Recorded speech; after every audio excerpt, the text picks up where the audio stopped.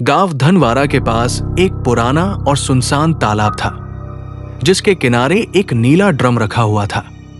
गांव के बड़े बुजुर्ग हमेशा कहते थे कि उस ड्रम के पास मत जाना, वहां कुछ ऐसा है जो अब सो रहा है, लेकिन हमेशा नहीं सोता। कोई नहीं जानता था कि उस ड्रम में क्या है, पर हर किसी को उस जगह से एक अनजानी सिहरन होती थी। कहते हैं कई साल पहले उस ड्रम के पास कुछ ऐसा हुआ था जिसने पूरे गांव को खामोश कर दिया। लेकिन वक्त बीतता गया, डर पुराना हो गया और बातों में बदल गया, पर नीला ड्रम अब भी वही रखा था, जैसे किसी का इंतजार कर रहा हो। विनय नाम का एक युवक जो शहर में पला बढ़ा था, अपनी बीमार दादी के इलाज के लिए गांव आया था। शहर का पढ़ा लिखा लड़का जिसे ना भूतों पर भरोसा था, ना ही गांव के ढकोसलों पर। एक शाम जब गांव में बिजली चली गई और वो अकेले घूमने निकला, तो उसकी नजर उस सुनसान तालाब की ओर गई। झाड़ियों के बीच से झांकता नीला ड्रम उसे कुछ अजीब सा लगा, मानो वो कुछ कहना चाहता हो। उत्सुकता में खिंचा चला गया और जैसे ही उसने ड्रम के पास कदम रखा, ठंडी हवा ने उसे चौंका दिया। ड्रम पर खून जैसे लाल रंग से एक वाक्य लिखा था, गुनाह बंद हो सकता है, मिटता नहीं। विनय ने ड्रम को हल्के से धक्का दिया और तभी अचानक किसी ने उसके कंधे पर हाथ रखा। वो पलटा तो वहां कोई नहीं था, सिर्फ झाड़ियों की सरसराहट और ठंडी हवा।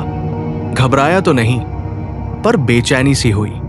उस रात उसके कमरे में अजीब घटनाएं घटने लगी। खिड़कियां अपने आप खुलने लगी, दरवाजा खुद से चरमराने लगा और किसी औरत की धीमी सी आवाज उसे पुकारने लगी, क्यों छुआ, क्यों छुआ। पहले तो विनय ने सोचा कि ये सब उसका वहम है, लेकिन जब उसने आईने में अपने पीछे किसी अधजली औरत की झलक देखी तो उसका रंग उड़ गया। दादी ने उसे डांटा और कहा, उस ड्रम के पास गया था ना तूने उसे जगा दिया है, अब वो पीछा नहीं छोड़ेगी। विनय को समझ नहीं आया कि आखिर किसकी बात कर रही है वो। अगली सुबह वो गांव की एक बुजुर्ग महिला रामदेई के पास गया, जो वर्षों से चुपचाप मंदिर की सेवा करती थी। जब उसने ड्रम की बात की तो उनका चेहरा पीला पड़ गया।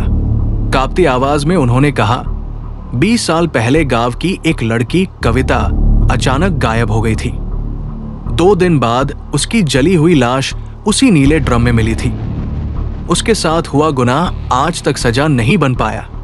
तब से उस ड्रम को शापित मान लिया गया। कई बार उस जगह से अजीब आवाजें आती हैं, पर कोई नहीं जाता। तुझे वहां नहीं जाना चाहिए था बेटा।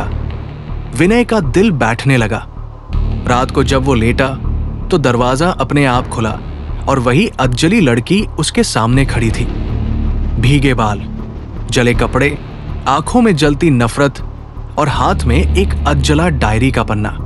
उस पन्ने पर लिखा था, जो मेरी चीख नहीं सुन सके, अब उनकी बारी है। विनय चीखना चाहता था, लेकिन आवाज जैसे गले में अटक गई हो। सुबह होने तक विनय गायब हो चुका था। गांव वालों ने खोजबीन की, तालाब तक पहुंचे, लेकिन वहां कोई नहीं था।